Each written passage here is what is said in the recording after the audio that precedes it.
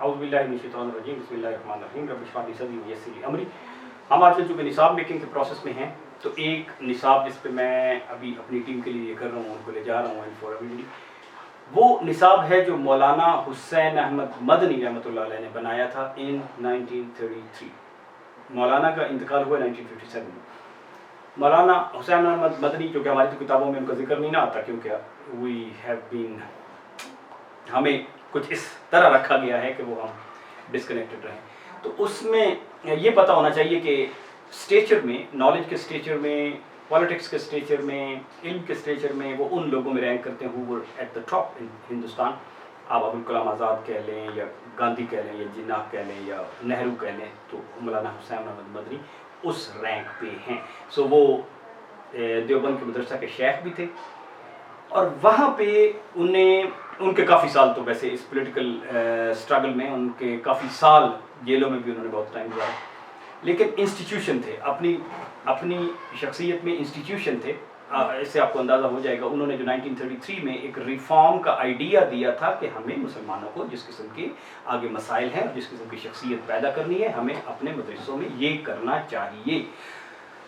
जिस तरह हमारे सिस्टम में ब्यूरोक्रेसी थे, मदरसे में अब 35-36 लाख बच्चे पढ़ रहे हैं, तो वहाँ पे भी इसी तरह की ब्यूरोक्रेसी है, उससे भी ज़्यादा आप कह लें कि ब्यूरोक्रेसी है। वो भी आसानी से कोई चीज़ें वहाँ पे चेंज करना बहुत मुश्किल काम है। मतलब even if you try, there is lot of inertia in the system to do that. ये वो भी अडॉप्ट नहीं कर सके, लेकिन it is still relevant today. हम इसका थोड़ा सा एक एनालिसिस करेंगे। उन्होंने पहले तो इसकी बताई हैं कि मकासद क्या है, उस पर डिटेल नोट्स लिखें, और लेवल्स क्या होने चाहिए, हम क्या देखना चाहते हैं in the first phase, second phase, third phase in the child, हमारा फोकस क्या होगा, और फिर उसके लिए ये तो है व्हाट टू डू, और फिर हाउ टू डू वाले पार्ट में उन्होंने पूरी बात बताई है कि बच्चे को क्या कैसे एक्सपोज किया जाएगा। तो थोड़ा सा we have to fast forward, लेकिन it's very very deep. It takes, I think it needs a 3 to 4 days workshop to really absorb the idea, but for my team who is already in the process, तो उनके लिए ये मैं खसूसी तौर पर कर रहा हूँ। देखिए, उन्होंने ये कहा कि पहला एक लेवल होना चाहिए, 5 साल से नीचे तो बच्चा ले आने चाहिए।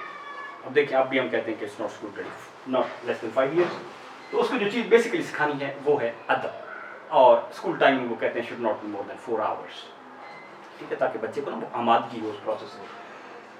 उसके बाद अगले 5 years, ये 3 साल का एक प्रोसेस है, ठीक है, जिसको हम कहते हैं कि अदब और लैंग्वेज ट्रांजिशन और वो चीज़। इसमें वो कहते हैं कि अब उस पर ज़ुबानें खोली जाएंगी, अलसेना, लिसान की जमा, ठीक।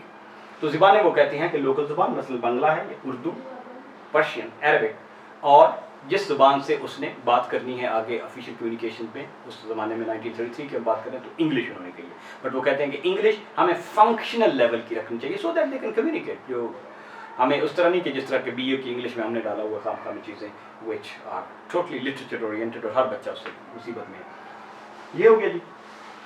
और इससे अगले लेवल पे फिर वो कहते हैं फिर उलूम व फ़नून आने चाहिए, लेकिन यहाँ पे इन स्टेजेस में वो कहते हैं आर्ट्स और स्किल्स के क्लब होने चाहिए। जो भी आर्ट और स्किल उस ज़माने में होती थी, चाहे वो कपड़ा बुनना था, या चाहे किताबों को बुनना था, या चाहे चौबकारी थी, या दातकारी थी, वो सारी। और जो चीज़ें टॉप पे हैं और फोकस में हैं इनमें, वो हैं सबसे पहले कुरान से आगाही, कुरान के जो बेसिक प्रिंसिपल्स है हर बच्चे को पता होनी चाहिए।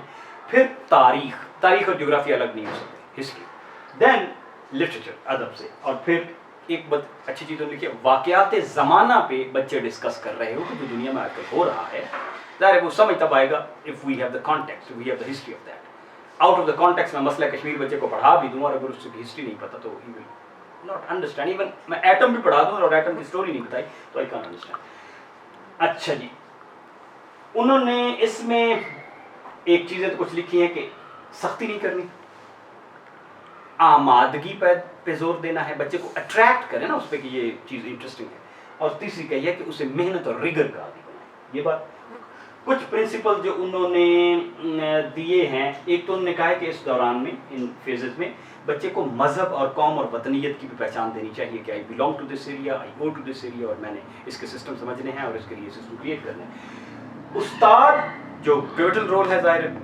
उस्ताद के लिए उन्होंने जो एसओपीज़ बताए, एक तो ये कहा है कि पहले उस्ताद अपनी हालत ठीक करे। अगर उस्ताद ने अपनी हालत ठीक नहीं करी ना, अखलाकी, ज़हनी, रूहानी, तो फिर फ़ायदा नहीं। मतलब उस्ताद ये काम सिर्फ मैकेनिकली नहीं कर सकता।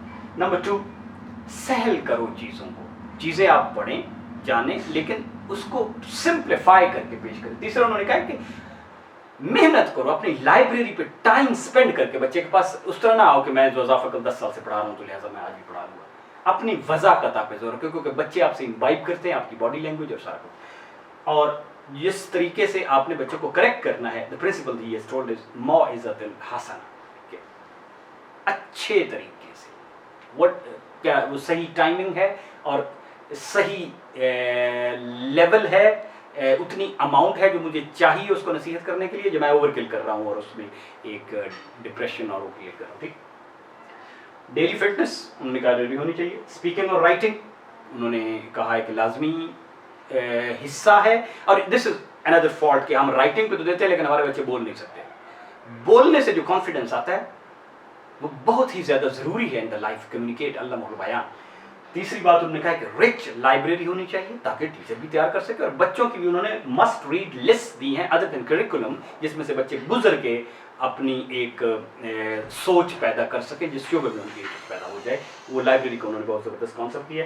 और उन्होंने कहा कि लोकल मेड चीज़ें इस्तेमाल करें। अब जो भी टूल्स टॉयज चीज़ें इस्तेमाल करें, they should be made in, even your uniform should be made of khaddar, ताकि अब बाहर की चीज़ें ना इस्तेमाल करें। आपको पता होना चाहिए कि पैसे को कंजर्व करना है, इकोनॉमिक्स को कंजर्व करना है। और उन्होंने कहा कि असेसमेंट टीचर की ऑब्जर्वेशन के लिए होनी चाहिए, 6 मंथली होनी चाहिए ताकि बच्चे को आगे जाए और जिसको रिप्लेनिशमेंट की ज़रूरत है वो हो, बजाय इसके कि 1 साल इंतज़ार करो। तो ये बातें तो उन्होंने कहीं के होनी चाहिए, और उस पर जो उन्होंने चीज़ बनाई है उस पर हम पार्ट 2 में करेंगे।